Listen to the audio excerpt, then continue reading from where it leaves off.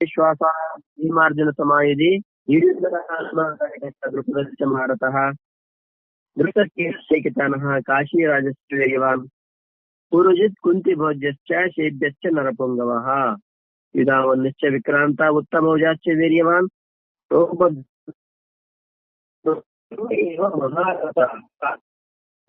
ಮಹಾರಥರು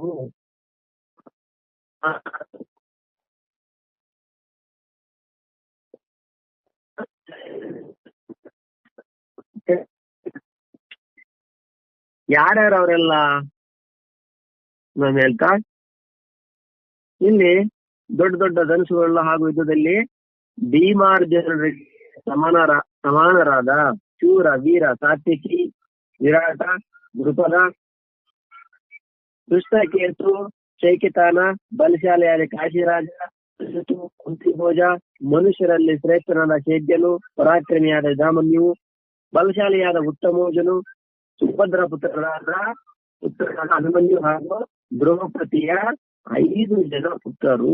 ಇವರೆಲ್ಲರೂ ಕೂಡ ಮಹಾರಥಿಗಳಾಗಿದ್ದಾರೆ. ಇವರೆಲ್ಲ ಕೂಡ ಎಂತವರು ಮಹಾರಥಿಗಳು, ಸಾಮಾನ್ಯರಲ್ಲ. ಅವರ ಬಗ್ಗೆ ಇಲ್ಲಿ ಹೇಳ್ತಾ ನೋಡ್ತೀವಿ ನಾವು ಇಲ್ಲಿ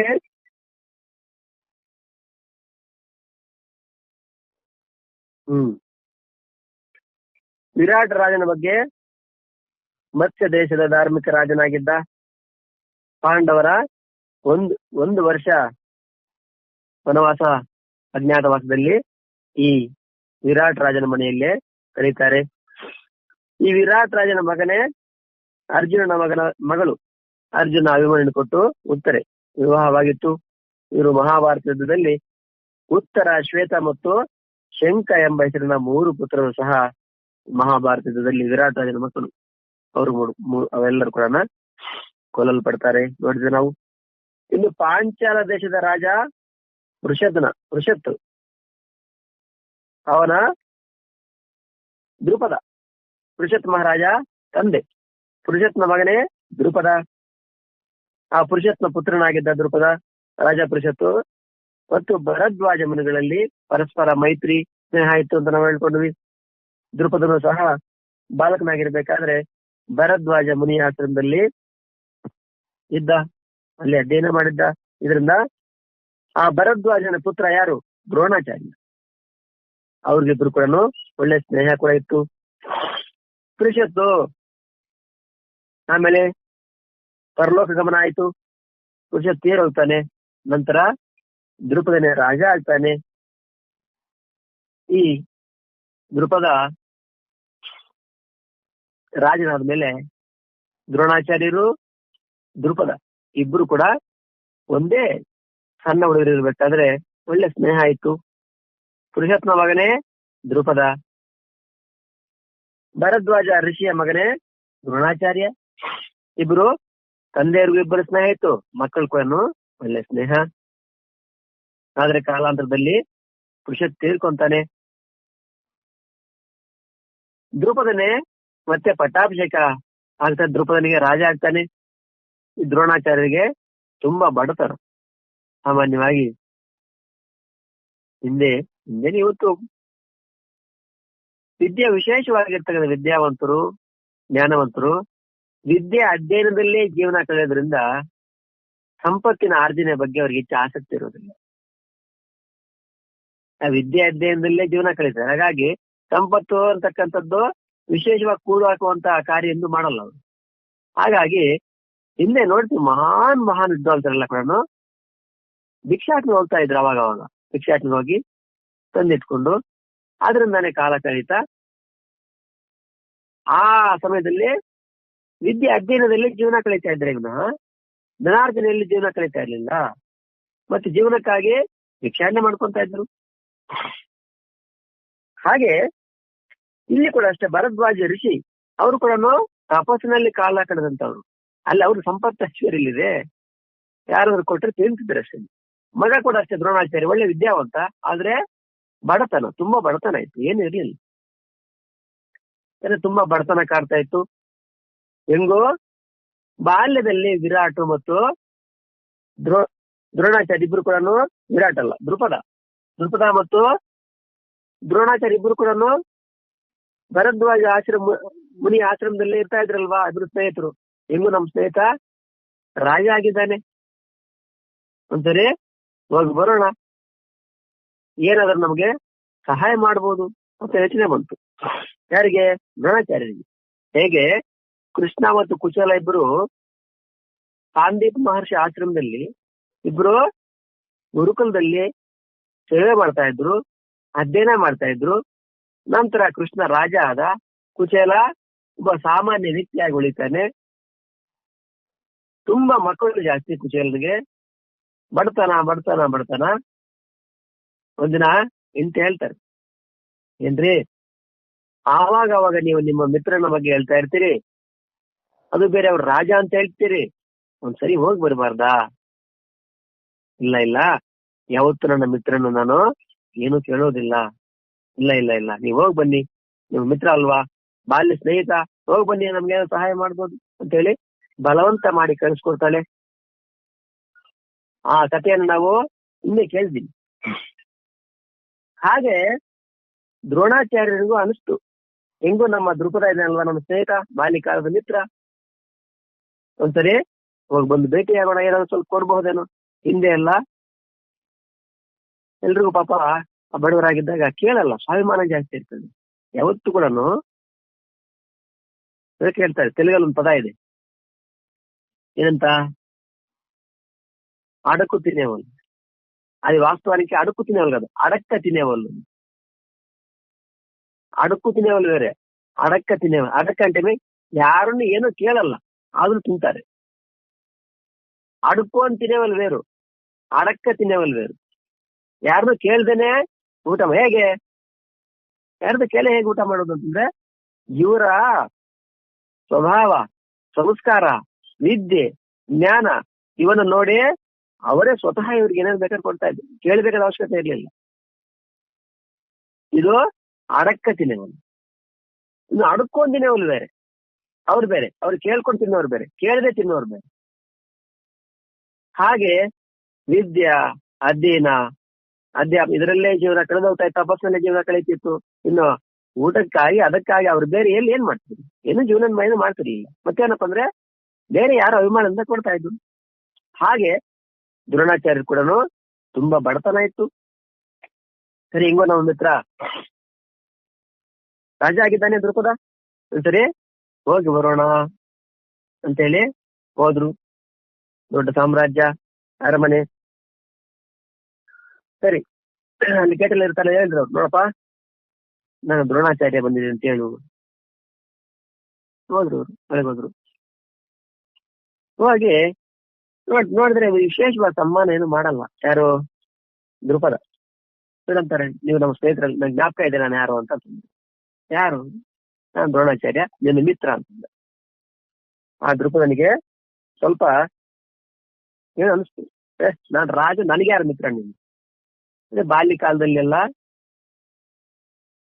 ಭರದ್ವಾಜ ಮುನಿ ಆಶ್ರಮದಲ್ಲಿ ಇಬ್ರು ಇದ್ದಿದ್ದೆಲ್ಲ ಗೊತ್ತಿಲ್ಲ ಅಂತಲ್ಲ, ಆದ್ರೂ ಏನೋ ಬಡಪಾಯಿ, ನಾನು ಸಂಪನ್ನ ರಾಜ ಆಗಿದ್ದೀನಿ. ಹಾಗೆ ಸ್ವಲ್ಪ ಅವಮಾನ ಮಾಡ್ತಾನೆ. ಅಲ್ಲಿಂದನೇ ವಾಪಸ್ ಬಂದ್ಬಿಡ್ತಾನೆ. ಯಾರು? ದ್ರೋಣಾಚಾರ್ಯ. ಛೇ ಅಂತೇಳಿ ಅಪಮಾನ ಮಾಡ್ತಾನೆ. ಹಂಗಾಗಿ ಅಲ್ಲಿಂದ ಇಲ್ಲಿಗೆ ಯಾಕೆ ಬರ್ಬೇಕಾಗಿತ್ತು ನಾನು? ದ್ರೋಣಾಚಾರ್ಯ ಅವ್ರಿಗೆ ಯೋಚನೆ ಮಾಡ್ತಾರೆ, ನಾನು ಇಲ್ಲಿಗೆ ಯಾಕೆ ಬರ್ಬೇಕಾಗಿತ್ತು? ಇಲ್ಲೋ ಹೋಗಿ ಸಾಮಾನ್ಯ ಜನ ಏನೋ ಕೊಡ್ತಾ ಇದ್ರು ನಮ್ಗೆ, ಇವ್ರ ಹತ್ರ ಯಾಕೆ ಬರ್ಬೇಕಾಗಿತ್ತು ನಾನು ಅಂತೇಳಿ ನೊಂದ್ಕೊಂಡು ವಾಪಸ್ ಬಂದ್ಬಿಡ್ತಾರೆ. ಆದ್ರೆ ನೋಡಿ, ನಿನ್ನೆ ಹೇಳ್ಕೊಳ್ತಾ ಇದ್ದೀನಿ, ಈ ಸೇಡು, ಪ್ರತೀಕಾರ ಇವೆಲ್ಲ ಅಷ್ಟು ಸುಲಭ ಅಲ್ಲ. ದ್ರೋಣಾಚಾರ್ಯ ಅಷ್ಟೊಂದು ವಿದ್ಯಾವಂತ, ಎಲ್ಲಾ ವಿದ್ಯೆಗಳನ್ನು ಬಲ್ಲಂತ ಮಹಾನ್ ಭಾವರಲ್ಲಿ, ಸಾಮಾನ್ಯರಲ್ಲಿ. ದ್ರೋಣಾಚಾರ್ಯನ ಮಗನೇ ಅಶ್ವತ್ಥಾಮತಃ ಕುಂಜರಃ, ಚಿರಂಜೀವಿ. ಮಾಡಿ ಹೆಂಗಿದೆ ನೋಡಿ.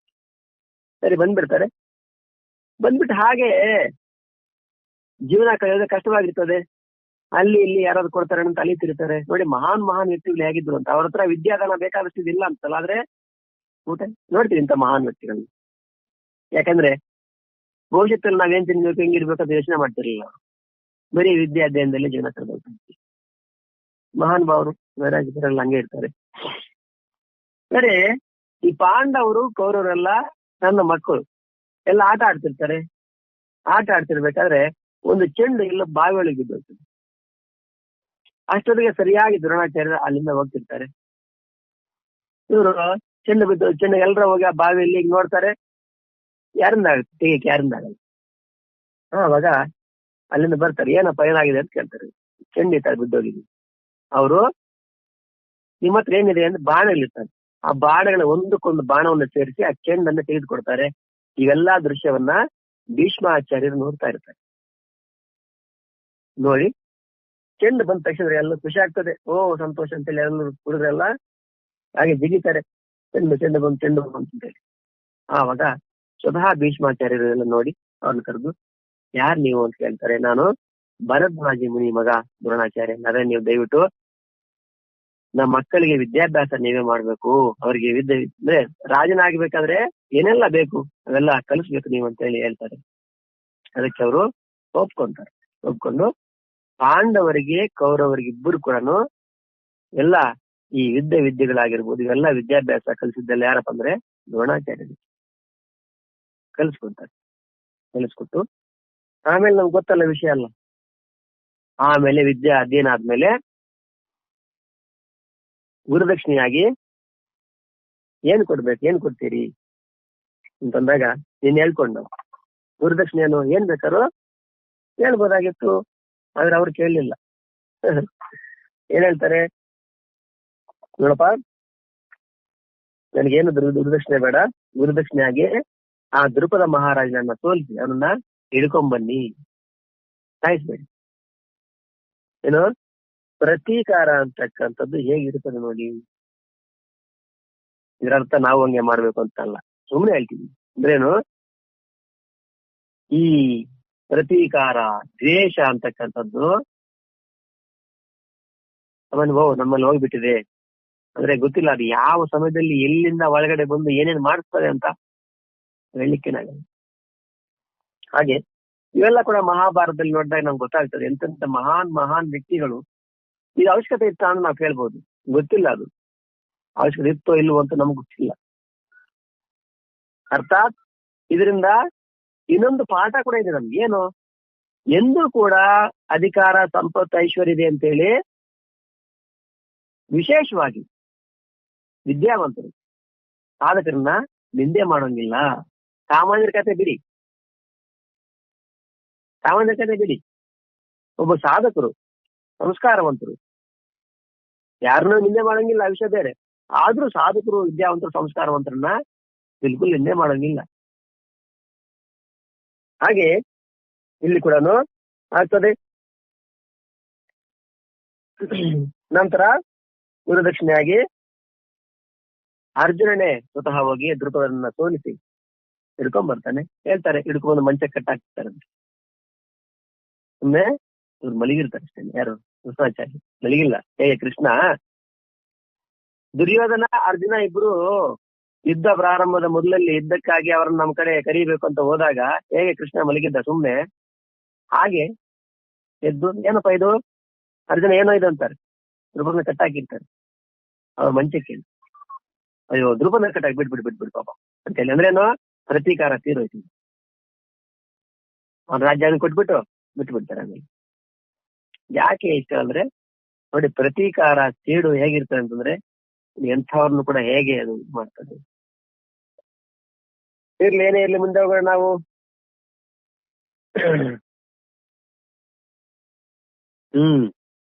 ಮತ್ತೆ ಅವರ ಅರ್ಧ ರಾಜ್ಯವನ್ನು ಪಡೆದರು. ದ್ರುಪದನು ಮೇಲೆ ದ್ರೋಣರನ್ನು ಪ್ರೀತಿಸುತ್ತಿದ್ರು. ಅವನ ಮನಸ್ಸಲ್ಲಿ ಕ್ಷೋಭೆ ತುಂಬಿತ್ತು. ಅವನು ದ್ರೋಣರನ್ನ ಕೊಲ್ಲುವಂತ ಪುತ್ರನಿಗಾಗಿ ಯಜ್ಞ ಉಪಯಾಜ ಎಂಬ ಋಷಿಗಳ ಮೂಲಕ ಯಜ್ಞವನ್ನು ಮಾಡ್ತಾನೆ. ನೋಡಿ, ಈಗ ಯಾವಾಗ ಈ ದ್ರುಪದನ ಮೇಲೆ ಸೇಡ್ ತೀರಿಸ್ಕೊಂಡು ದ್ರುಪದ ಏನ್ ಮಾಡ್ತಾನೆ, ದ್ರೋಣಾಚಾರ್ಯರನ್ನ ಕೊಲ್ಲುವಂತಹ ಪುತ್ರ ಬೇಕು ಅಂತೇಳಿ ಯಜ್ಞ ಮಾಡ್ತಾರೆ. ನೋಡಿ, ಮತ್ತೆ ಶುರು ಅಂತಾರಲ್ಲ ಪಗ ಪ್ರತೀಕಾರ ಅಂತೇಳಿ. ಹಾಗೆ ಸೇಡು ಮತ್ತೇನು, ಈಗ ಇವರು ದ್ರೋಣಾಚಾರ್ಯರನ್ನ ದ್ರುಪದ ಅವಮಾನ ಮಾಡಿದ್ದ, ಅದಕ್ಕೆ ಅದನ್ನ ಪ್ರತಿಯಾಗಿ ತೀರಿಸ್ಕೊಂಡ ದ್ರೋಣಾಚಾರ್ಯ. ಆಮೇಲೆ ಅವನೇನ್ ಮಾಡಿದ, ನಿನ್ನನ್ನ ಸೋಲಿಸುವಂತ, ನಿನ್ನನ್ನ ಕೊಲ್ಲುವಂತ ಮಗ ಬೇಕು ಅಂತೇಳಿ ಯಜ್ಞಯಾಗ ಮಾಡ್ತಾರೆ. ಯಾರ ಮುಖಾಂತರ? ಯಾಜ ಮತ್ತು ಉಪಯಾಜ ಅಂತೇಳಿ ಇಬ್ಬರು ಋಷಿಗಳನ್ನ ಕರ್ಕೊಂಡ್ಬಂದ. ಅವ್ರ ಮೂಲಕ ಒಂದು ಯಜ್ಞವನ್ನ ಮಾಡಿಸ್ತಾನೆ. ಆ ಯಜ್ಞ ವೇದಿಯಿಂದ ದೃಷ್ಟದ್ಯುಮ್ನ ಮತ್ತು ಕೃಷ್ಣೆಯರ ಪ್ರಾಕಟ್ಯವಾಯಿತು. ಆ ಯಜ್ಞ ವೇದಿಯಿಂದನೇ ಹುಡ್ತಾರೆ ದೃಷ್ಟದ್ಯುಮ್ನ ಮತ್ತು ದೃಪದನ ಪುತ್ರನೇ ದೃಷ್ಟದ್ಯುಮ್ನ. ಅವನೇ ಪಾಂಡವ ಸೈನ್ಯದ ದಂಡನಾಯಕ, ಸೇನಾಪತಿ ದಂಡನಾಯಕ ಆಗಿದ್ದ.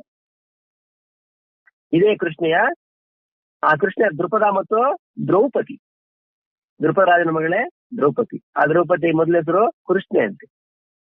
ಆ ಕೃಷ್ಣೆಯೇ ದ್ರೌಪದಿ ಅಥವಾ ಯಾಜ್ಞಸೇನಿ ಎಂಬ ಹೆಸರಿಂದ ಪ್ರಸಿದ್ಧಳಾಗಿದ್ದಳು. ಮತ್ತು ಸ್ವಯಂವರದಲ್ಲಿ ಗೆದ್ದು ಪಾಂಡವರು ಅವಳ ಜೊತೆ ವಿವಾಹ ಮಾಡ್ಕೊಂತಾರೆ. ಇದೆಲ್ಲರಿಗೂ ಗೊತ್ತಿರ್ತಕ್ಕಂಥ ವಿಷಯ. ರಾಜ ದೃಪದನು ದೊಡ್ಡ ಶೂರ ವೀರನು, ಮಹಾರಥಿಯಾಗಿದ್ದನು. ಮಹಾಭಾರತ ಯುದ್ಧದಲ್ಲಿ ದ್ರೋಣರ ಕೈಯಿಂದ ಇವನ ಮೃತ್ಯುವಾಯಿತು. ಮತ್ತೆ ದ್ರೋಣಾಚಾರ್ಯರನ್ನ ಮುಗಿಸ್ಬಿಡ್ತಾರೆ.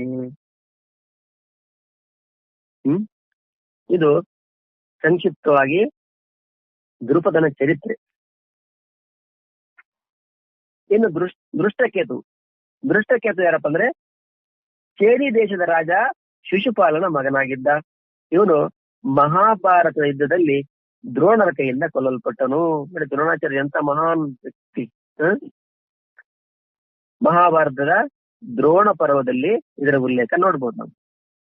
ಚೇಡಿ ದೇಶದ ಶಿಶುಪಾಲನ ರಾಜ ಮಗನಾಗಿದ್ದ ದೃಷ್ಟಕೇತು ಮಹಾಭಾರತದಲ್ಲಿ ದ್ರೋಣಾಚಾರ್ಯವರನ್ನ ಕೊಲ್ತಾರೆ. ಇನ್ನು ಚೈಕಿತಾನ ಯಾರಪ್ಪ? ಇವರೆಲ್ಲ ಮಹಾರಥರು. ಹಾಗಾಗಿ ಅವರ ಸಂಕ್ಷಿಪ್ತ ಪರಿಚಯ ನಮ್ಗೆ ಇಲ್ಲಿ. ಮಹಾರಥಿ ಚೈಕಿತಾನ ಯಾರಪ್ಪ ಅಂದ್ರೆ ಋಷಿ ವಂಶದ ಯಾದವ ಮಹಾರಥಿ. ಇವನು ಯೋಧ ಮತ್ತು ದೊಡ್ಡ ಶೂರ ವೀರನಾಗಿದ್ದನು. ಪಾಂಡವರ 7 ಅಕ್ಷೋಣಿ ಸೈನ್ಯದ 7 ಸೇನಾಪತಿಗಳಲ್ಲಿ ಈತನು ಒಂದೊಂದು ಅಕ್ಷೋಹಿಣಿಗೊಬ್ಬ ಸೇನಾಪತಿ.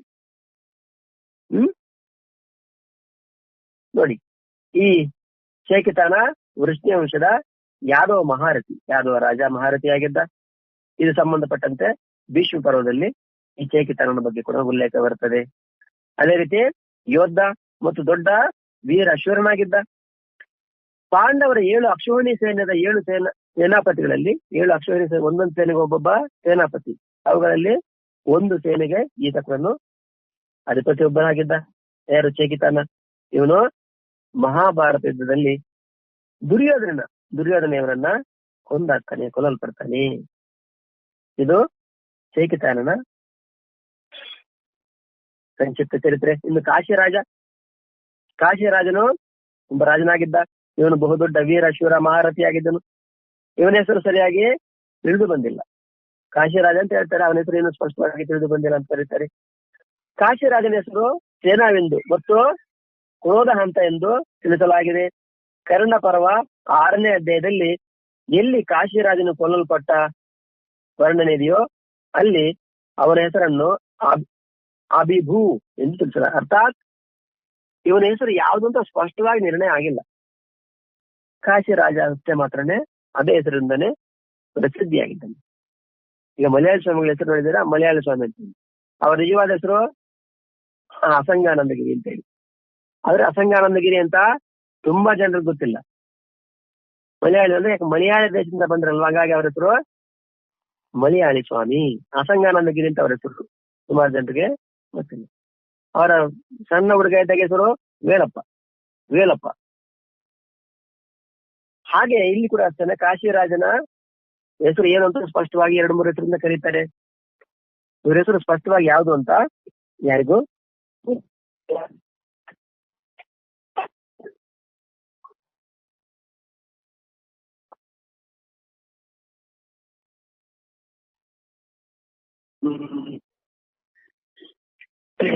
ಈ ಕಾಶಿರಾಜನು ಬಹುದೊಡ್ಡ ವೀರ ಶೂರನಾಗಿದ್ದ.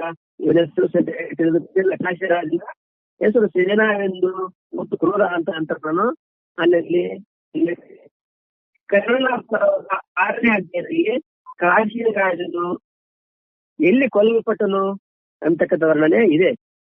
ಅಲ್ಲಿ ಇವನ ಹೆಸರನ್ನ ಅಭಿಭೂ ಅಂತ ಹೇಳಿ ಹೇಳಿದ್ದಾರೆ. ಆದ್ರೆ ನಿಜವಾದ ಅವರ ಹೆಸರು ಏನು ಅಂತ ಸ್ಪಷ್ಟವಾಗಿ ಗೊತ್ತಿಲ್ಲ. ಇದಿಷ್ಟು ಕಾಶಿರಾಜನ ಸಂಕ್ಷಿಪ್ತ ಚರಿತ್ರೆ. ಇನ್ನು ಪುರಜಿತ್, ಕುಂತಿ ಭೋಜ, ಇವರಿಬ್ಬರು ಕುಂತಿಯ ಸಹೋದರರಾಗಿದ್ರು. ಪುರಜಿತ್ ಮತ್ತು ಕುಂತಿ ಭೋಜ ಇಬ್ಬರು ಕೂಡ ಕುಂತಿಯ ಸಹೋದರರಾಗಿದ್ರು ಮತ್ತು ಯುಧಿಷ್ಠಿರಾದಿಗಳಿಗೆ ಸೋದರ ಮಾವರಾಗಿದ್ರು.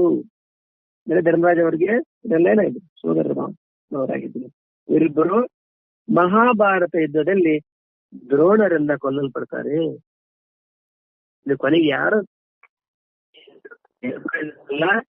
ಮುಕ್ತಾಯವಾಗ್ತದೆ. ಎರಡೂ ಕಡೆ ಸುಮಾರು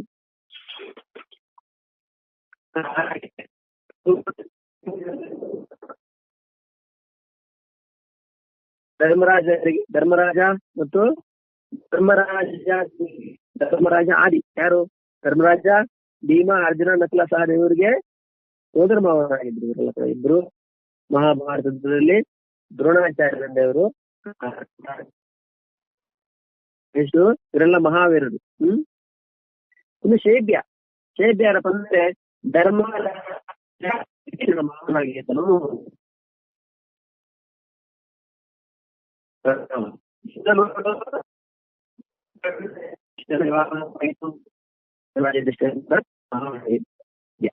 ಧರ್ಮರಾಜ ಯುಧಿಷ್ಠಿರ ಎಲ್ಲ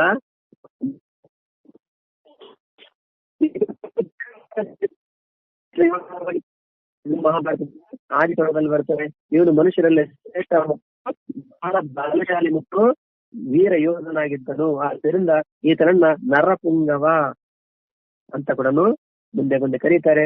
ಇದಿಷ್ಟು ಶೈಬ್ಯನ ಸಂಕ್ಷಿಪ್ತ ಚರಿತ್ರೆ. ಇನ್ನು ಇರಾಮಂಜು, ಉತ್ತಮೋಜ ಇವರಿಬ್ರು ಕೂಡ ಸಹೋದರರು. ಪಾಂಚಾಲ ದೇಶೀಯ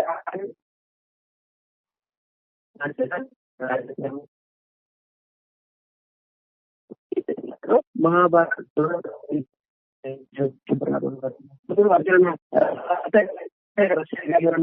ನಿಯೋಜಿಸಲಾಗಿತ್ತು. ಇಬ್ಬರು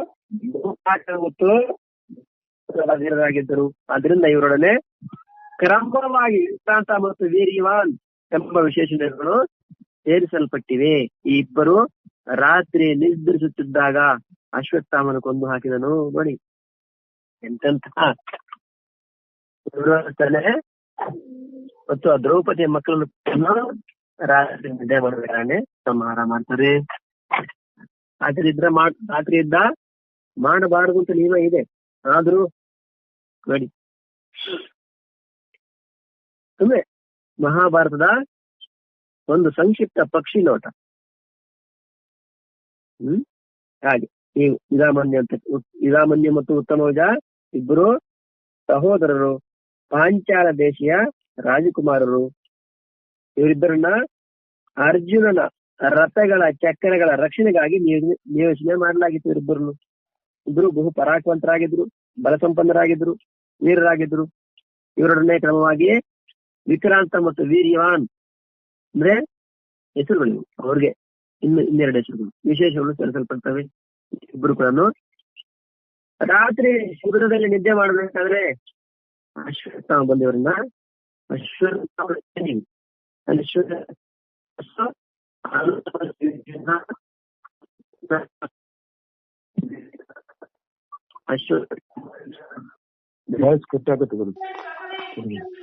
ಅಪ್ಪಾಜಿ ಕ್ಲಾರಿಟಿ ಇಲ್ಲ ಅಪ್ಪಾಜಿ. ಎಷ್ಟು ಹೊತ್ತಿಂದ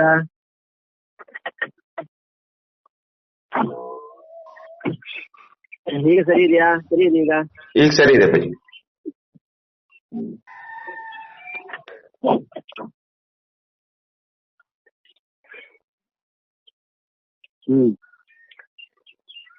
ಇನ್ನು ಇವರಿಬ್ಬರನ್ನ ಅಶ್ವತ್ಥಾಮನೆ ಕೊಂದಾಗ್ತಾನೆ ಅಂತ ನಾ ಕೇಳಿದ್ವಿ. ಅಶ್ವತ್ಥಾಮ ಕೂಡ ಚಿರಂಜೀವಿ.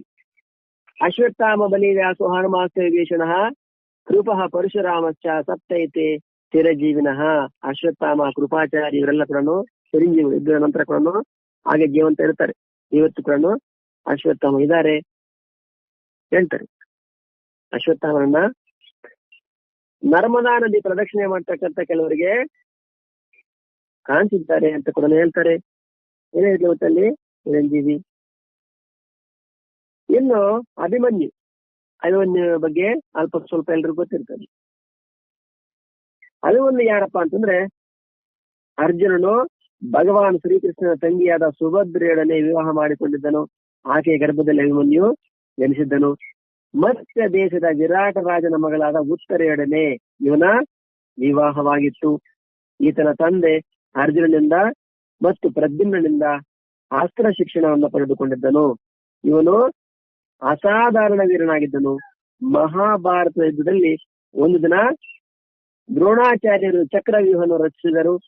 ಪಾಂಡವರ ಪಕ್ಷದ ಯುಧಿಷ್ಠಿರ, ಭೀಮ, ನಕುಲ, ಸಹದೇವ, ವಿರಾಟ, ದ್ರುಪದ, ದೃಷ್ಟದ್ಯುಮ್ನರಾದಿಯಾಗಿ ಯಾರಿಂದಲೂ ಕೂಡ ಅದನ್ನ ಪ್ರವೇಶಿಸಲಾಗಲಿಲ್ಲ. ಜಯದ್ರಥನು ಎಲ್ಲರನ್ನೂ ಸೋಲಿಸಿದನು. ಅರ್ಜುನನು ಬೇರೆ ಕಡೆ ಯುದ್ಧದಲ್ಲಿ ತೊಡಗಿದ್ದನು. ಆ ದಿನ ವೀರ ಯುವಕ ಅಭಿಮನ್ಯುವು ಏಕಾಂಗಿಯಾಗಿ ಆ ವ್ಯೂಹವನ್ನು ಭೇದಿಸಿ ಅದರಲ್ಲಿ ನುಗ್ಗಿದನು ಮತ್ತು ಅಸಂಖ್ಯಾತ ವೀರರನ್ನು ಸಂಹರಿಸಿ ತನ್ನ ಅಸಾಧಾರಣ ಶೌರ್ಯದ ಪರಿಚಯ ಮಾಡಿಕೊಟ್ಟನು. ದ್ರೋಣರು, ಕೃಪಾಚಾರ್ಯರು, ಕರ್ಣ, ಅಶ್ವತ್ಥಾಮ, ಬೃಹದ್ಬಲ ಮತ್ತು ಕೃತವರ್ಮ ಯಾರೂ ಮಂದಿ ಮಹಾರಥಿಗರು ಸೇರಿ ಅನ್ಯಾಯಪೂರ್ವಕವಾಗಿ ಇವರನ್ನ ಮುತ್ತಿದರು. ಅಂತಹ ಅವಸ್ಥೆಯಲ್ಲಿ ಈತನು ಒಂಟಿಯಾಗಿ ಅನೇಕ ವೀರರನ್ನು ಸಂಹರಿಸಿದನು. ಕೊನೆಗೆ ದುಶ್ಯಾಸನನ ಮಗನು ಇವನ ತಲೆಗೆ ಬಹಳ ಜೋರಾಗಿ ಗದಾ ಪ್ರಹಾರ ಮಾಡಿದನು. ಇದರಿಂದ ಇವನು ಮರಣವಾಯಿತು. ನೋಡಿ ಹೇಗಿದೆ ಚರಿತ್ರೆ, ಹೇಗೆ ನಡೆದಿದೆ ಅಂತ ನೋಡ್ತೀವಿ. ಇವತ್ತು ನಾವು ನೋಡ್ತೀವಲ್ಲ, ಅವ್ರು ಯಾರು ಇವ್ರು ಕೊಂದಾಕಿದ್ರು, ಇವ್ರನ್ನ ಕೊಂದಾಕಿದ್ರು. ಇದು ಏನ್ ದೊಡ್ಡ ವಿಷಯನೇ ಅಲ್ಲ, ಈ ಎಂತ ವಿಷಯ ಇರಲ್ಲ. ಇಂದ್ರಿಂದ ನಡ್ಕೊಂಡ್ ಬರ್ತಾ ಇದ್ದಾವೆ. ಪ್ರಪಂಚ ಅಂದ್ರೆ ಹೀಗೆ ಇರ್ತದೆ. ಪ್ರಪಂಚವನ್ನ ಬದಲಾವಣೆ ಮಾಡ್ಲಿಕ್ಕೆ ಯಾರಿಂದ ಸಾಧ್ಯ? ಅದು ಹಂಗೆ ಇರ್ತದೆ ಅಷ್ಟೇ. ಪರಮಾತ್ಮನೇ ಅವತಾರ ಎತ್ತಿ ಬಂದ್ರು ಯಾರೋ ಕೆಲವರು ಉದ್ಧಾರ ಆಗ್ತಾರೆ ವಿನ ಪ್ರಪಂಚವನ್ನ ಪೂರ್ತಿ ಬದಲಾವಣೆ ಮಾಡ್ಲಿಕ್ಕೆ ಯಾರಿಂದ ಆಗಲ್ಲ. ಅದಷ್ಟೇ, ಪ್ರಪಂಚ ಇರೋದೇ ಹಾಗೆ, ನಾಯಿ ಬಾಲ ಡೊಂಕೆ ಹಾಗೆ. ಎಲ್ರಿಗೂ ಸ್ಪಷ್ಟವಾಗಿ ಕೇಳಿಸ್ತಾ ಇದೆ ಅಂತ ಅನ್ಕೊಂತೀವಿ. ಕೇಳಿಸ್ತಾ ಇದೆಯಲ್ಲ?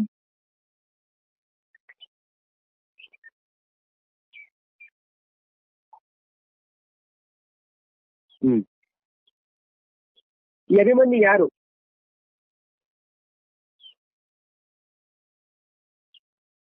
ಅಂತ ಹೇಳಿದಾಗ, ಅರ್ಜುನನು ಭಗವಾನ್ ಶ್ರೀಕೃಷ್ಣನ ತಂಗಿಯಾದ ಸುಭದ್ರೆಯನ್ನೇ ವಿವಾಹ ಆಗಿತ್ತು.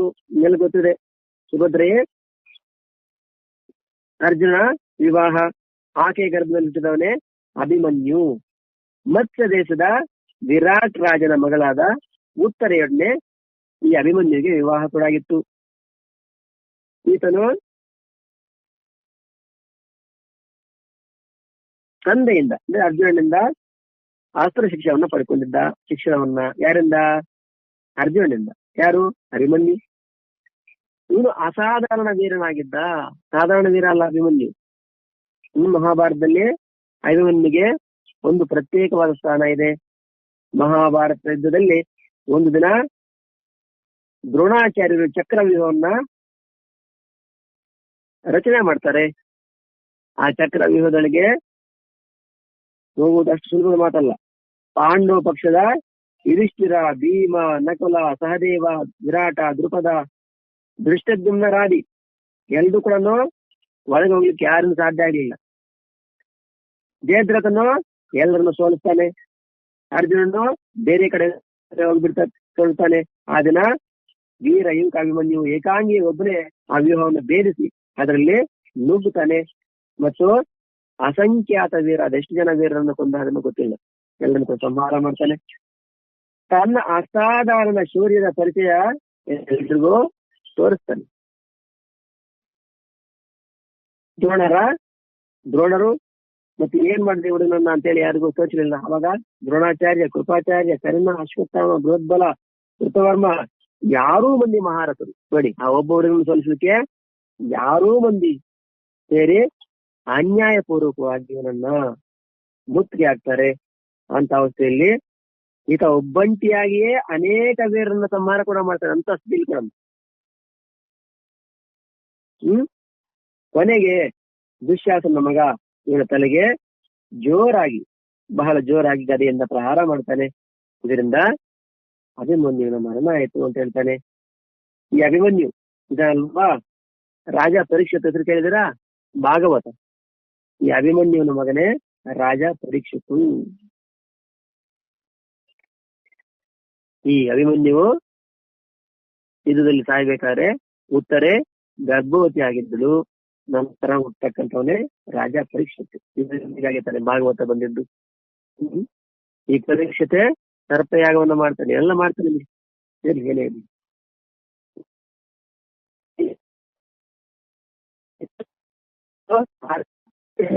ದ್ರೌಪದಿ ಪುತ್ರ 5 ಜನ. ಇವರು ಕೂಡ ಮಹಾವೀರು, ಸಾಮಾನ್ಯರಲ್ಲ.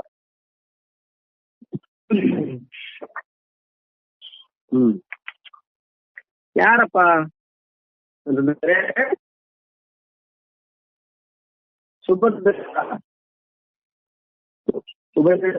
ಸೌಭದ್ರ ಅಂತೇಳಿ. ದ್ರೌಪದಿಯ 5 ಜನ ಮಕ್ಕಳು. ಒಬ್ಬ ಸೌಭದ್ರ, ಅವನ ಹೆಸರು. ಯಾರು ಸೌಭದ್ರ? ಸುಭದ್ರ ತನೆಯನಾದ ಅಭಿಮನ್ಯು ಅವನ ಹೆಸರು. ಇನ್ನು ಅಭಿಮನ್ಯುಗೆ ಸೌಭದ್ರ ಅಂತ ಇದೆ. ಪ್ರತಿವಿಂಧ್ಯ ಯಾರು? ಧರ್ಮರಾಜ ಮಗ. ಶತಸೋಮ ಭೀಮಸೇನನ ಮಗ. ಸುತಕರ್ಮ ಅರ್ಜುನನ ಮಗ. ಶತಾನಿಕ ನಕುಲನ ಮಗ. ಶ್ರುತಸೇನ ಸಹದೇವನ ಮಗ. ನೋಡಿ, ಪ್ರತಿವಿಂಧ್ಯ, ಶತಸೋಮ, ಶ್ರುತಕರ್ಮ, ಶತಾನಿಕ, ಶತ್ರುಸೇನ, ಈ 5 ಜನ ದ್ರೌಪದಿಯ ಮಕ್ಕಳು. ಇವುಗಳನ್ನು ಮಹಾಯೋಧರಾಗಿದ್ದರು.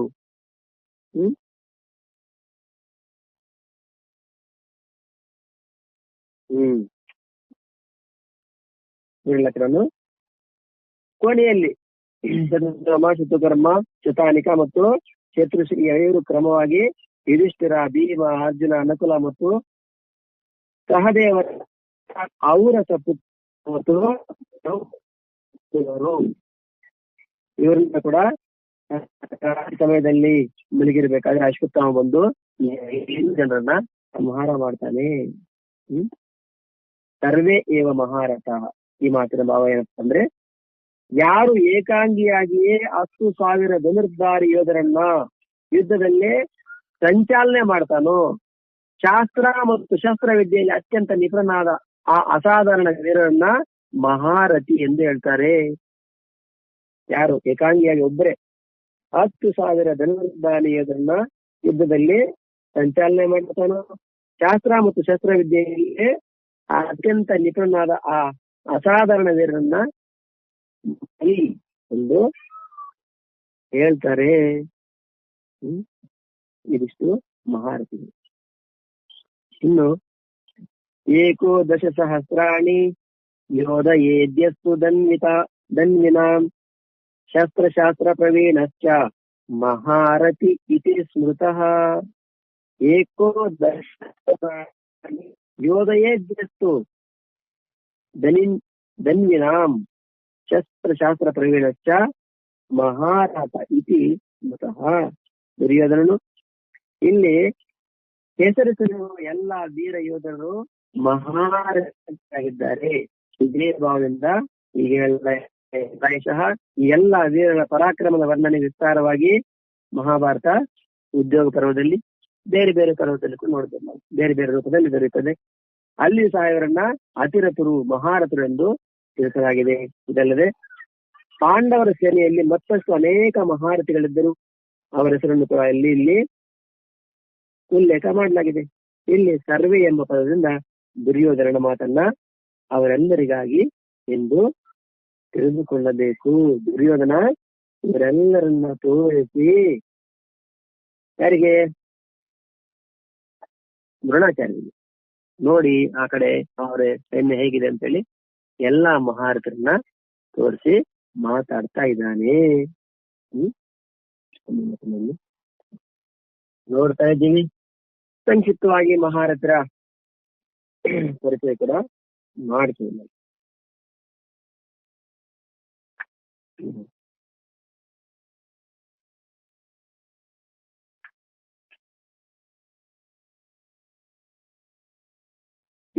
ಸ್ವಲ್ಪ ವಿಶೇಷವಾದ ತಾತ್ಪರ್ಯ ಹೇಳ್ತಾರೆ. ಪಾಂಡವರ ಸೇನೆಯಲ್ಲಿ ಮೇಲೆ ಮೇಲಿನ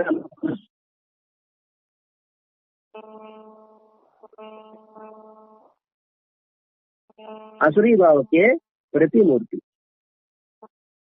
ಪ್ರಮುಖ ಪಾತ್ರ ಕೃಷ್ಣನು ಬೇಕಿಲ್ಲವೆಂಬ ಬಿಟ್ಟು ಅವನಿಂದ ಕೊಡಲ್ಪಟ್ಟ 10,000 ಸೈನ್ಯವನ್ನು ಕೂಡಿ ಹಾಕಿಕೊಂಡನು. ದುರ್ಯೋಧನಂತ ವೃತ್ತಿಯ ಜನರಿಗೆ ತನ್ನ ಜನ, ತನ್ನ ಮಾರ್ಬಲ, ತನ್ನ ದನ ಮುಂತಾದ ಅನಾತ್ಮ ಪದಾರ್ಥಗಳಲ್ಲಿಯೇ ಭರವಸೆ. ಅವರಿಗೆ ಚೇತನ ರೂಪವಾದ ಪರಮಾತ್ಮನ ಮೇಲೆ ಭರವಸೆ ಇಲ್ಲ. ಇಂಥವರಿಗೆ ವಸ್ತುಗಳ ಮೇಲೆಯೇ ಪ್ರೀತಿ, ವಸ್ತುದಾತನಾದ ಪರಮೇಶ್ವರನ ಮೇಲೆ ಪ್ರೀತಿ ಇಲ್ಲ. ಅಸುರಿ ಮನುಷ್ಯರ ಲಕ್ಷಣವೇ ಇದು. ದುರ್ಯೋಧನನು ಅಸುರಿ ಭಾವನೆಂಬುದಕ್ಕೆ ಒಂದು ಮುಖ್ಯ ಪ್ರಮಾಣ. ಅವನು ಪಾಂಡವರ ಸೇನೆಯನ್ನು ನೋಡುವ ಕಾಲದಲ್ಲಿ ದ್ರೋಣಾಚಾರ್ಯ ಪಕ್ಕದಲ್ಲಿ ನಿಂತು ನೋಡಿದದು. ತಾನೊಬ್ಬನೇ ನಿಂತು ಸೇನೆಯನ್ನು ನೋಡಲು ಸಹ ಭಯ. ಅರ್ಜುನನು ಸೇನೆಯನ್ನು ನೋಡಬೇಕಾದರೆ ಎರಡೂ ಸೇನೆಗಳ ಮಧ್ಯೆ ನಿಂತು ನೋಡಿದನು.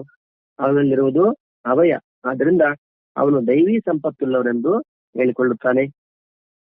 ಮುಂದೆ 16ನೇ ಅಧ್ಯಾಯದಲ್ಲಿ ಆಸುರಿ ಸ್ವಭಾವವುಳ್ಳ ಮನುಷ್ಯರು ಅನೇಕ ಚಿತ್ತ ವಿಭ್ರಾಂತರುಗಳು ಮತ್ತು ಮೋಹಜಲ ಸಮಾವೃತರು ಆಗಿರುತ್ತಾರೆಂದು ಹೇಳಿರುತ್ತದೆ. ನಾವು ನೋಡ್ಕೊಂಡಿದ್ವಿ. ನೋಡಿ, ಇಲ್ಲಿ ಮೇಲಿನ 3 ಶ್ಲೋಕಗಳು. ಈ ಶ್ಲೋಕದಲ್ಲಿ ಏನಪ್ಪಾ ಅಂದ್ರೆ ದುರ್ಯೋಧನನ ಮಾತುಗಳು ನಮಗೆ ಸ್ಪಷ್ಟವಾಗಿ ಕಂಡು ಬರ್ತವೆ. ಏನಪ್ಪಾ ಅಂದ್ರೆ ದುರ್ಯೋಧನ ಆಸುರಿ ಪ್ರಭಾವಕ್ಕೆ ಪ್ರತಿಮೂರ್ತಿ.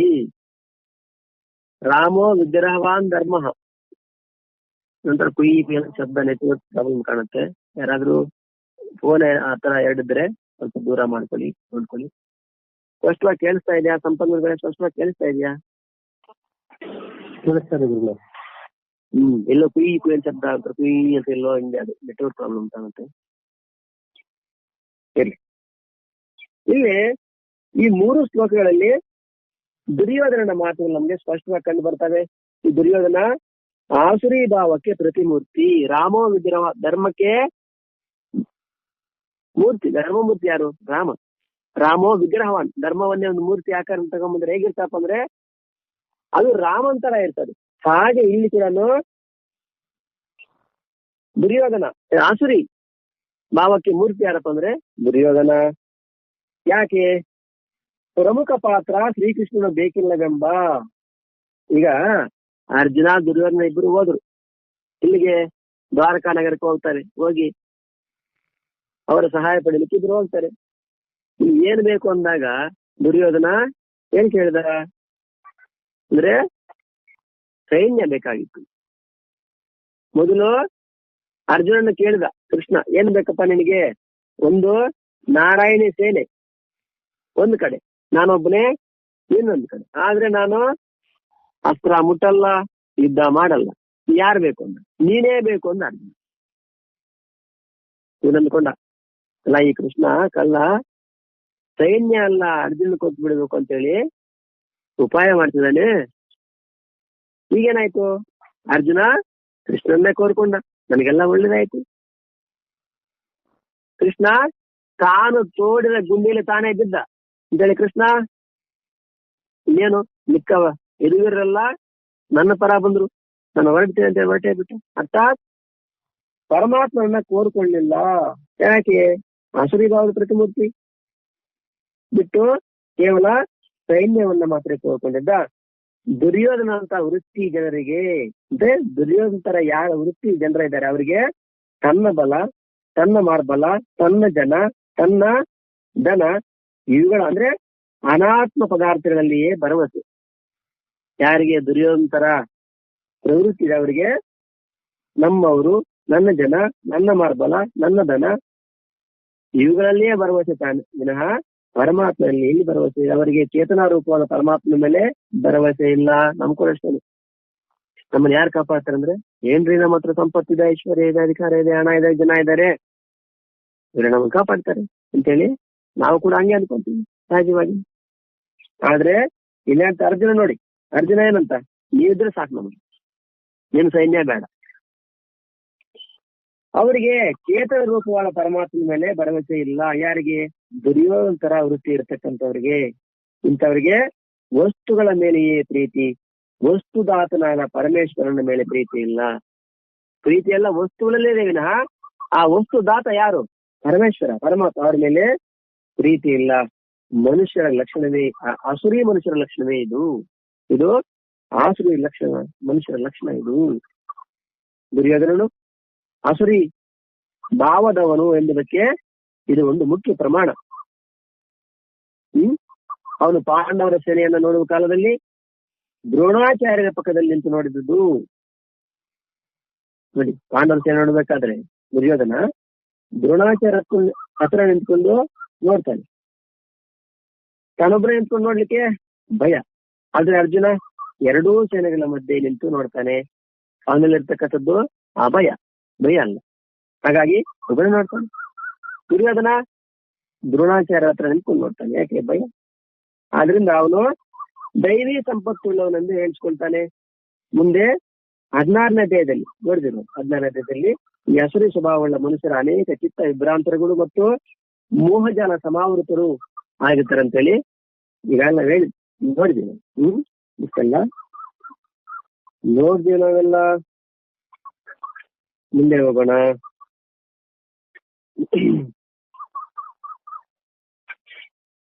ಮುಂದಿನ ಶ್ಲೋಕ 7ನೇ ಶ್ಲೋಕ ಉಚ್ಚಾರಣೆ ಮಾಡೋಣ. ಅಸ್ಮಾಕಂ ತು ವಿಶಿಷ್ಟಾಯೇ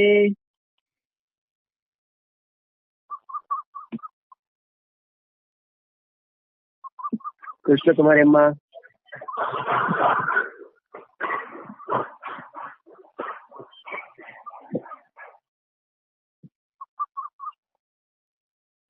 ಅಸ್ಮಾಕಂ ತು ವಿಶಿಷ್ಟಾಯೇ ಇಳಿಮ. ಇದೀರಾ ಇಲ್ವಾ? ಹೇಳ್ತೀನಿ ಗುರುಜಿ. ಅಸ್ಮಾಕಂತು ವಿಶಿಷ್ಟಾಯೇ ಅಸ್ಮಾಕಂತು ವಿಶಿಷ್ಟಾಯೇ ತಾನ್ನಿಬೋಧ ದ್ವಿಜೋತ್ತಮ ತಾನ್ನಿಬೋಧ ದ್ವಿಜೋತ್ತಮ ತಾನ್ನಿಬೋಧ ದ್ವಿಜೋತ್ತಮ ಅಸ್ಮಾಕಂತು ವಿಶಿಷ್ಟಾಯೇ ತಾನ್ನಿಬೋಧ ದ್ವಿಜೋತ್ತಮ ಅಸ್ಮಾಕಂತು ವಿಶಿಷ್ಟಾಯೇ ತಾನ್ನಿಬೋಧ ದ್ವಿಜೋತ್ತಮ ಅಸ್ಮಾಕಂತು ವಿಶಿಷ್ಟಾಯೇ ತಾನ್ನಿಬೋಧ ದ್ವಿಜೋತ್ತಮ ನಾಯಕ ಮಮ ಸೈನ್ಯಸ್ಯ ನಾಯಕ ಮಮ ಸೈನ್ಯಸ್ಯ ನಾಯಕ ಮಮ ಸೈನ್ಯಸ್ಯ ಸಂಜ್ಞಾರ್ಥಂ ತಾನ್ ಬ್ರವೀಮಿ ತೇ ಸಂಜ್ಞಾರ್ಥಂ ತಾನ್ ಬ್ರವೀಮಿ ತೇ ಸಂಜ್ಞಾರ್ಥಂ ತಾನ್ ಬ್ರವೀಮಿ ತೇ ಅಸ್ಮಾಕಂ ತು ವಿಶಿಷ್ಟಾಯೇ ತಾನ್ನಿಬೋಧ ದ್ವಿಜೋತ್ತಮ ನಾಯಕ ಮಮ ಸೈನ್ಯಸ್ಯ ಸಂಜ್ಞಾರ್ಥಂ ತಾನ್ ಬ್ರವೀಮಿ ತೇ ಅಸ್ಮಾಕಂ ತು ವಿಶಿಷ್ಟಾಯೇ ತಾನ್ನಿಬೋಧ ದ್ವಿಜೋತ್ತಮ ನಾಯಕ ಮಮ ಸೈನ್ಯಸ್ಯ ಸಂಜ್ಞಾರ್ಥಂ ತಾನ್ ಬ್ರವೀಮಿ ತೇ ಅಸ್ಮಾಕಂ ತು ವಿಶಿಷ್ಟಾಯೇ ತಾನ್ನಿಬೋಧ ದ್ವಿಜೋತ್ತಮ ನಾಯಕ ಮಮ ಸೈನ್ಯಸ್ಯ ಸಂಜ್ಞಾರ್ಥಂ ತಾನ್ ಬ್ರವೀಮಿ ತೇ ಅಸ್ಮಾಕಂ ತು ವಿಶಿಷ್ಟಾಯೇ ತಾನ್ನಿಬೋಧ ದ್ವಿಜೋತ್ತಮ ನಾಯಕ ಮಮ ಸೈನ್ಯಸ್ಯ ಸಂಜ್ಞಾರ್ಥಂ ತಾನ್ ಬ್ರವೀಮಿ ತೇ. ದ್ವಿಜೋತ್ತಮ ಓ ಬ್ರಾಹ್ಮಣ ಶ್ರೇಷ್ಠರೇ. ಯಾರು? ದ್ರೋಣಾಚಾರ್ಯರು ಬ್ರಾಹ್ಮಣರು, ಭರದ್ವಾಜ ಋಷಿಗಳ ಮಗ. ಓ ಬ್ರಾಹ್ಮಣ ಶ್ರೇಷ್ಠರೇ, ದ್ವಿಜೋತ್ತಮ, ಅಸ್ಮಾಕಂ ನಮ್ಮ ಪಕ್ಷದಲ್ಲಿ ತೂ ಯೇ ವಿಶಿಷ್ಟಾಃ ತಾನ್ ನಿಬೋಧ ನಾಯಕಾಃ ತಾನ್ ಬ್ರವೀಮಿ. ಓ ಬ್ರಾಹ್ಮಣ ಶ್ರೇಷ್ಠರೇ, ದ್ವಿಜೋತ್ತಮ, ಅಸ್ಮಾಕಂ ನಮ್ಮ ಪಕ್ಷದಲ್ಲಿ ತೂ ಕೂಡ ಯಾರು ವಿಶಿಷ್ಟ ಪ್ರಧಾನ ಯೋಧರು ಯಾರ್ಯಾರಿದ್ದಾರೆ ತಂತಿ ಇದ್ದಾರೆ ತಾನ್ ಅವರನ್ನ ನಿಬೋಧ ತಿಳಿದುಕೊಳ್ಳ್ರಿ. ತೇ ಅಂದ್ರೆ ತಮ್ಮ ಸಂಜ್ಞಾರ್ಥಂ ತಿಳುವಳಿಕೆಗಾಗಿ ಮಮ ನನ್ನ ಸೈನ್ಯದಲ್ಲಿ ಸೈನ್ಯಸ್ಯ ಯಾವ ನಾಯಕ ಸೇನಾಪತಿಗಳಿದ್ದಾರೋ ಅವರನ್ನು ಬ್ರವೀಮಿ ತಿಳಿಸ್ತೇನೆ. ಇಲ್ಲಿ ದುರ್ಯೋಧನ ಹೇಳ್ತಾ ಇದ್ದಾನೆ, ಓ ಬ್ರಾಹ್ಮಣ ಶ್ರೇಷ್ಠರೇ, ನಮ್ಮ ಪಕ್ಷದಲ್ಲಿ ಕೂಡ ಯಾವ ಪ್ರಧಾನರಾದ ಯೋಧರಿದ್ದಾರೆ ಅವರನ್ನು ಸಹ ತಿಳ್ಕೊಳ್ರಿ. ನಮ್ಮ ತಿಳುವಳಿಕೆಗಾಗಿ ನಮ್ಮ ಸೈನ್ಯದಲ್ಲಿ ಯಾರ್ಯಾರು ಸೇನಾಪತಿಗಳಿದ್ದಾರೋ ಅವ್ರನ್ನ ತಿಳಿಸ್ತೇನೆ. ಈಗಾಗಲೇ ಪಾಂಡವರ ಸೇನೆಯಲ್ಲಿ ಯಾವ್ಯಾವ ಮಹಾರಥರಿದ್ದಾರೆ ಎಲ್ಲವನ್ನ ತೋರಿಸಿದ್ದಾಯ್ತು, ಅವರ ಸಂಕ್ಷಿಪ್ತ ಪರಿಚಯ ಮಾಡಿಕೊಂಡಿದ್ದಾಯ್ತು. ಈಗ ನಮ್ಮ ಪಕ್ಷದಲ್ಲಿ ಅಂದ್ರೇನು, ಕೌರವರ ಪಕ್ಷದಲ್ಲಿ ಯಾವ್ಯಾವ ಮಹಾನ್ ಯೋಧರಿದ್ದಾರೆ ಅವ್ರನ್ನ ತಿಳ್ಕೊಳ್ಳಿ, ಹೇಳ್ತೀನಿ ಅಂತೇಳಿ ಹೇಳ್ತಾ ಇದ್ದಾನೆ ದುರ್ಯೋಧನ. ಈ ತೂಕದ ಅಭಿಪ್ರಾಯವೇನು? ಮತ್ತು ಅಸ್ಮಾಕ್ ಎಂಬ ಪದದೊಡನೆ ಇದರ ಪ್ರಯೋಗವೇದು? ಯಾವ ಭಾವವನ್ನು ತೋರಿಸಲಾಗಿದೆ? ಈ ತೂ ಎಂಬ ಪದವಿಲ್ಲಿ ಸಹ ಎಂಬರ್ಥದಲ್ಲಿ ಪ್ರಯೋಗಿಸಲಾಗಿದೆ. ಅಸ್ಮಾಕಂ ಎಂಬ ಪದದೊಡನೆ ಇದನ್ನ ಪ್ರಯೋಗಿಸಿ ಕೇವಲ ಪಾಂಡವರ ಸೈನ್ಯದಲ್ಲಿಯೇ ಅಲ್ಲ, ನಮ್ಮ ಪಕ್ಷದಲ್ಲೂ ಸಹ ಅನೇಕ ಮಹಾನ್ ವೀರರಿದ್ದಾರೆ ಎಂಬುದನ್ನ ದುರ್ಯೋಧನನು ಹೇಳಲಿಕ್ಕೆ ಇಷ್ಟಪಡ್ತಾ ಇದ್ದಾನೆ. ಈ ತೂ ಸಹ ಎಂಬ ಅರ್ಥದಲ್ಲಿ ಪ್ರಯೋಗ ಮಾಡಿದೆ. ಅಂದ್ರೆ ಕೇವಲ ಅವರ ಸೈನ್ಯದಲ್ಲಿ ಮಾತ್ರ ಮಹಾವೀರರು ಇಲ್ಲ, ನಮ್ಮ ಸೈನ್ಯದಲ್ಲಿ ಇದ್ದಾರೆ. ಯಾರು ಅವರೆಲ್ಲ? ಅಸ್ಮಾಕಂ ಅಂದ್ರೆ ಅಸ್ಮಾಕಂ ನಮ್ಮ ಸೈನ್ಯದಲ್ಲಿ, ಅಸ್ಮ ಶಬ್ದ ನಮ್ಮ ಸೈನ್ಯದಲ್ಲಿ ಕೂಡ ಅಂತ ವೀರಶೂರರು ಇದ್ದಾರೆ ಅನ್ನೋದನ್ನ ಹೇಳ್ತಾ ಇದ್ದಾನೆ ದುರ್ಯೋಧನ. ವಿಶಿಷ್ಟ ಎಂಬ ಪದದಿಂದ ಯಾರನ್ನ ಲಕ್ಷ್ಯದಲ್ಲಿಡಲಾಗಿದೆ ಮತ್ತು ನಿಬೋಧ ಎಂಬ ಕ್ರಿಯಾಪದದ ಭಾವ ಏನು? ವಿಶಿಷ್ಟ ಎಂಬ ಪದದಿಂದ ಯಾರನ್ನ ಲಕ್ಷ್ಯದಲ್ಲಿಡಲಾಗಿದೆ, ನಿಬೋಧ ಎಂಬ ಕ್ರಿಯಾಪದದ ಭಾವ ಏನು ಅಂತ ಹೇಳ್ತಾ, ದುರ್ಯೋಧನನು ವಿಶಿಷ್ಟ ಎಂಬ ಪದವನ್ನ ಯಾವ ಅವರ ಸೈನ್ಯದಲ್ಲಿ ಅತ್ಯಂತ ವೀರ, ಧೀರ, ಬಲಶಾಲಿ, ಬುದ್ಧಿವಂತ, ಸಾಹಸಿ, ಪರಾಕ್ರಮಿ, ತೇಜಸ್ವಿ ಮತ್ತು ಶಸ್ತ್ರವಿದ್ಯಾ ವಿಶಾರದರಾದ ಪುರುಷರಿದ್ದಾರೋ ಅವರನ್ನ ಲಕ್ಷ್ಯದಲ್ಲಿ ಮತ್ತು ನಿಬೋಧ ಎಂಬ ಕ್ರಿಯಾಪದದಿಂದ ತನ್ನ ಸೇನೆಯಲ್ಲಿ ಸಹ ಅಂತಹ ಸರ್ವೋತ್ತಮ ವೀರ ಶೂರ